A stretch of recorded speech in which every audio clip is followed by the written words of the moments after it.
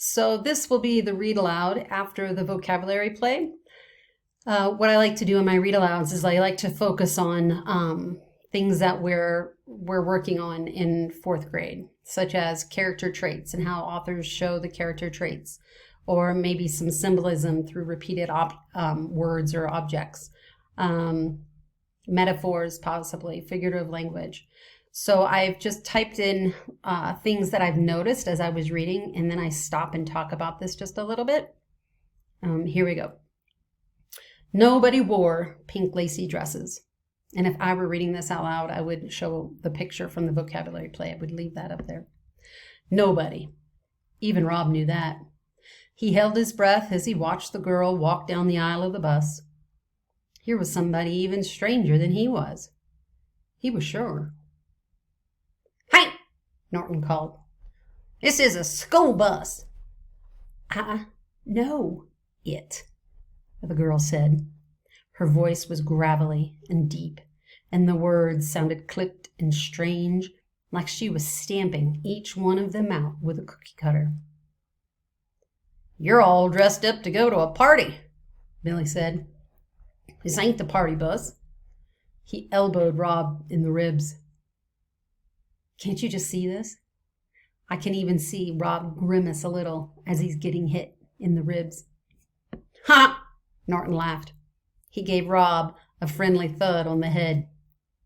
The girl stood in the center of the aisle, swaying with the movement of the bus. She stared at them. "It's not my fault you don't have good clothes," she said finally. She sat down and put her back to them.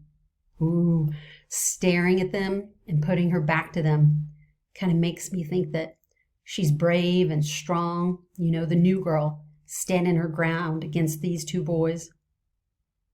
"Hey," said Norton. "We're sorry. We didn't mean nothing. Hey," he said again. "What's your name?"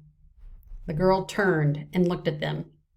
She had a sharp nose and a sharp chin and black eyes. I love how the author repeats those words, sharp and black.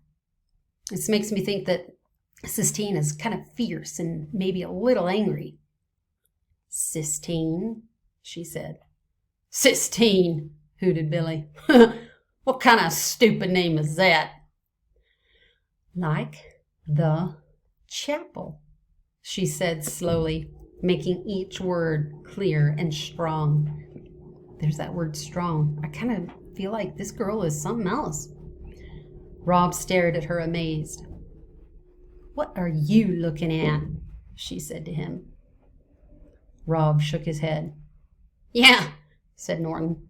He cuffed Rob on the ear. "What you staring at, disease boy? Come on," he said to Billy, and together they swaggered up the aisle of the bus and sat in the seat behind the new girl.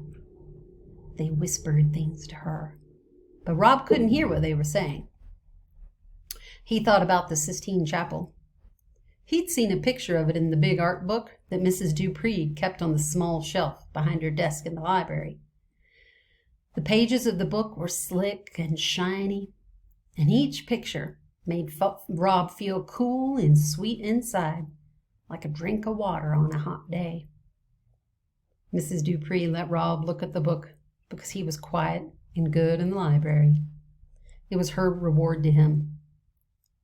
So right there, the author did a really nice job of showing how Rob is nice and respectful by having the librarian say he's quiet and good in the library. In the book, the picture from the Sistine Chapel showed God reaching out and touching Adam. It was like they were playing a game of tag, like God was making Adam it. It was a beautiful picture. That right there, this makes me think that maybe it's Sistine's turn to be bullied, and it'll give Rob a break. Rob looked out the window at the gray rain and the gray sky and the gray highway, and he thought about the tiger. He thought about God and Adam, and he thought about Sistine. He did not think about the rash. He did not think about his mother, and he did not think about Norton and Billy Threemonger. He kept that suitcase closed. Oof, the word gray is repeated a lot. It has to mean something. So when I think about it, I think what's happening so far in the story, from the beginning to now, it seems to reflect Rob's life and how he feels right now. And in this last paragraph, I can tell Rob doesn't like to think or feel about anything unpleasant. Because here the author says he did not think about the rash, he did not think about his mother, and he did not think about Norton and Billy Threemonger. That's actually the rule of threes, using something 3 times. He did not, he did not, he did not. And the very end, this suitcase. What a great metaphor for keeping his feelings deep, deep inside.